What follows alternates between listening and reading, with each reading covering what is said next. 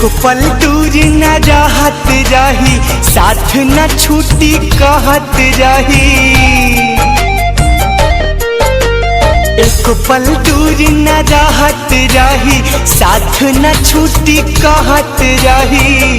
और तने बात भगवान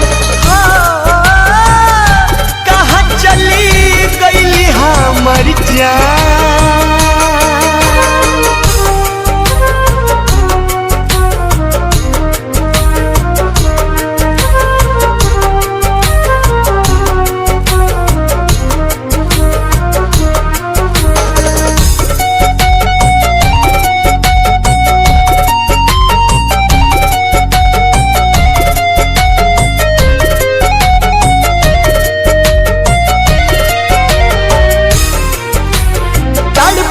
होई है हमारा बिना,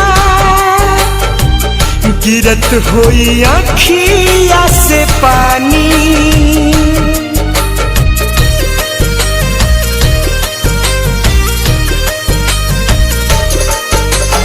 जाने कवना हाल में होई है,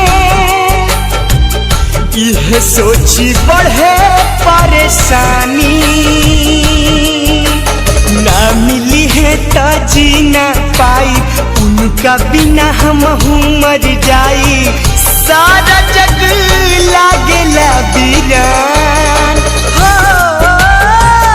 कहाँ चली गई हमर जान।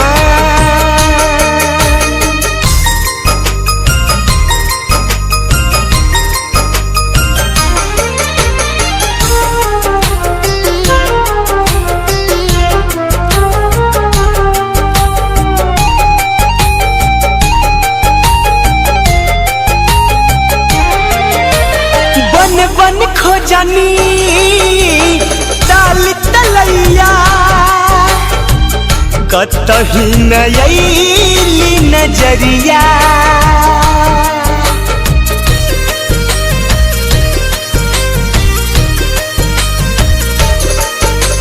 जे भी मिलल सबसे पूछनी, केहू बतावे न खबरिया। बाह पगोद न गोदवले बाड़ी, बोलुआ न मोल लिखवले बाड़ी। इहे उनकर पहचान, हो कहाँ चली गई हमर जान। एक पल दूर न रहत रही, साथ न छूटी कहत रही। और